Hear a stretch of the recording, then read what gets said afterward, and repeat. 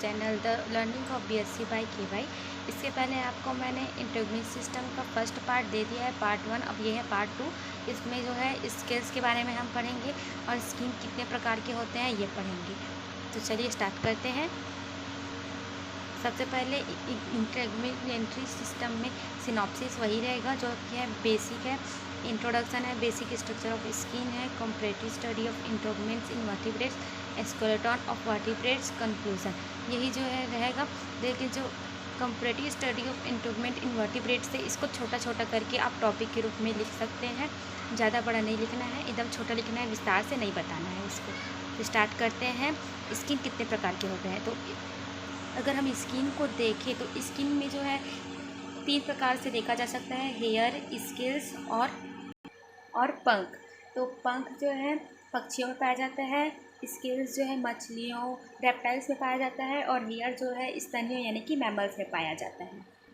तो सबसे पहले है एक्सोस्केलेटन ऑफ वर्टिब्रेट्स। तो इसको हम बोल सकते हैं कंकालीय ऑफ वर्टिब्रेट्स, यानी कि कशेरुकियों में जो है कंकाल तंत्र कैसा होता है ये बताना है।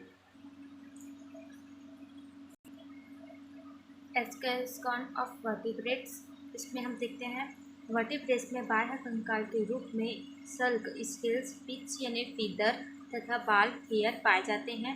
स्केल्स सामान्यतः मछलियों तथा सरीसृपों में पाए जाते हैं, यानी फिशेस और रेप्टाइल्स में पाए जाते हैं। फीदर जो है केवल पक्षियों में पाया जाता है तथा मैमल्स में जो है रोम या हेयर पाए जाते हैं। इन सभी के अतिरिक्त बाह्य कंकाल यानी कि एक्सोस्केलेटन संरचनाओं में सरीसृपों तथा पक्षियों में नखर अथवा नाखून, नेल्स एवं स्तनियों में खुर, सींग आदि पाए जाते हैं। तो सबसे पहले हम देखते हैं स्केल्स कैसा होता है। तो फिशेस और रेप्टाइल्स में बॉडी पर स्केल्स जो है पाए जाते हैं। सामान्यतः स्केल्स 2 प्रकार के होते हैं, एपिडर्मल और डर्मल। 2 प्रकार के स्केल्स पाए जाते हैं। एपिडर्मल स्केल्स एपिडर्मिस के स्ट्रेटम मैलपिकी में व्युत्पन्न होते हैं, मतलब वहाँ से बनते हैं स्ट्रेटम मैलपिकी से। ये सामान्यतः स्थानीय कशेरुकियों जैसे रेप्टाइल, बर्ड एंड मैमल्स में कुछ मात्रा में पाए जाते हैं। त्वचा के चर्म या डर्मिस के व्युत्पन्न सल्क या स्केल्स को डर्मल सल्क कहते हैं। यह मीसेनकाइम से उत्पन्न होता है, मछलियों में पाए जाते हैं। तो फिश में जो है स्केल्स पाए जाते हैं। फिश में जो है मुख्यतः 4 प्रकार के स्केल्स पाए जाते हैं, placoid scales, ctenoid scales, cycloid scales और गेनॉइड स्केल्स। तो 4 प्रकार के जो है इसमें पाए जाते हैं। तो इसमें आप डायग्राम से समझिए। डायग्राम कुछ इस प्रकार है। यह है प्लेकॉइड स्केल्स, पॉइंट में लिखिए ताकि नंबर इससे ज़्यादा मिलता है। तो जो है पहला पॉइंट है, यह स्केल्स केवल उपास्थीमय या कार्टिलेजिनस मछलियों में पाए जाते हैं। फिर है इस प्रकार के सल्कों में ये स्केल्स में एक चपटी अस्थि अधारी प्लेट के रूप में होती है। इस प्लेट के ऊपर 3 नोड या पॉइंट वॉल सूल होते हैं। यह सूल ऊपर की तरफ उभरा होता है। इनकी दिशा पीछे की ओर तरफ मतलब होती है।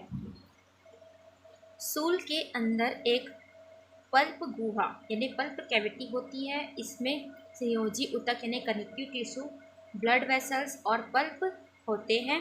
इनकी आधारी प्लेट डेंटॉइन की भांति बनी होती है। इनके ऊपर विट्रोडेंटॉइन की परत पाई जाती है। प्लेकॉइड के दोनों भाग आधारी प्लेट तथा सूल में बने होते हैं। प्लेकॉइड स्केल्स रूपांतरित होकर विभिन्न संरचनाएं, दंत, दंश आदि का निर्माण करते हैं। तो हम देखें प्लेकॉइड की संरचना कुछ इस प्रकार से होती है।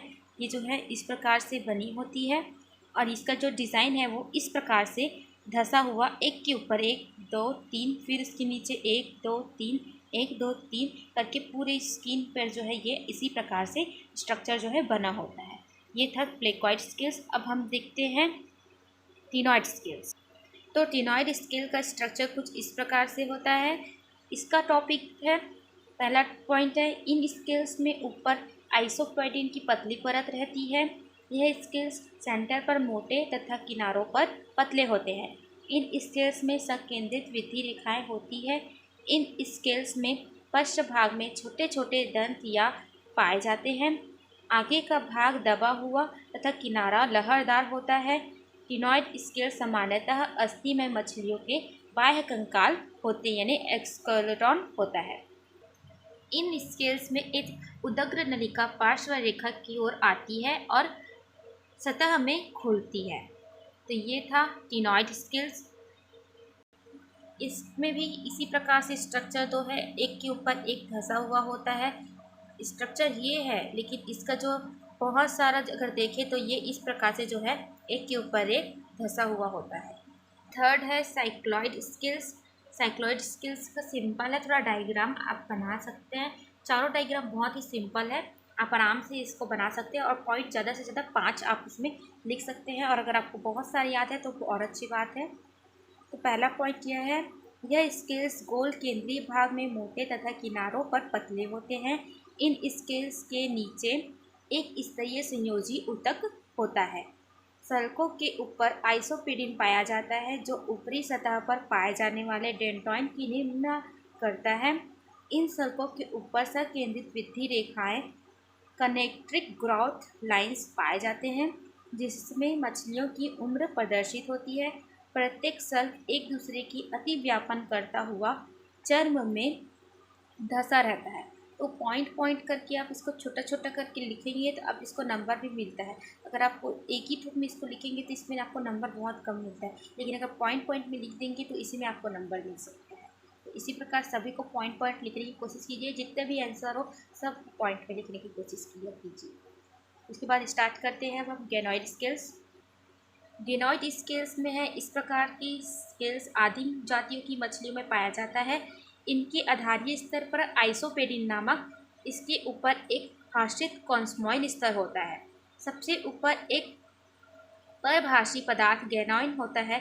कॉस्मॉइन स्तर के अनुसार गेनॉइड स्केल्स दो प्रकार के होते हैं, लेपिडोस्टेरोडॉइड गोनाइड स्केल्स, प्लास्टोनॉइसी गोनाइड गोनाइड स्केल्स। इन स्केल्स में कॉस्मॉइन अनुपस्थित होता है। यह सल्क परस्पर सटे हुए रहते हैं। इन केवल प्लिप्ट्रेस में पाए जाते हैं। इनमें कॉस्मॉइन स्तर अनुपस्थित होता है। इनका स्ट्रक्चर कुछ इस प्रकार है, ये भी इसी प्रकार से धंसे होते हैं। अगर हम इसके रूपांतरण को देखें तो प्लेकॉइड सल्कों का परिवर्तन या डेवलपमेंट ऑफ प्लेकॉइड स्केल्स कुछ इस प्रकार है। कोशिकाओं का एक समूह डर्मिस में एकत्रित होकर एक डर्मिस पैपिला का निर्माण करता है। इन कोशिकाओं को ओडेंटोब्लास्ट कहते हैं। फिर यह एक बेसल प्लेट और स्पाइन की आकृति में ले लेते हैं। ओडेनोब्लास्ट सब तरफ डेंटॉइन का स्रावन करते हुए प्लेट तथा स्पाइन बना लेते हैं। तो आपको स्ट्रक्चर में देख सकते हैं इस प्रकार से स्पाइन बना रहा है। यहाँ पर ये जो है एपिडर्मिस, डर्मिस, स्किन का है ये स्ट्रक्चर। तो यहाँ पर बन रहा है स्पाइन। फिर सेकंड है डर्मिस पैपिला का निर्माण संपर्क में बनी हुई एपिडर्मिस की मैली पीकी परत को इनेमल अंग कहते हैं। इसी इनेमल अंग के सूल के डेंटाइन के ऊपर विट्रोडेंटाइन बनता है।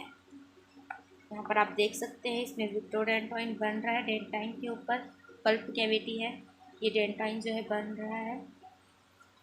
थर्ड है डर्मिस एपिपेला सेल की पल्प कैविटी के भीतर पल्प बनता है। ऊपर बनी एपिडर्मिस हट जाती है तथा सूल बाहर निकल जाता है। आधारी प्लेट डर्मिस की धंसी हुई रहती है।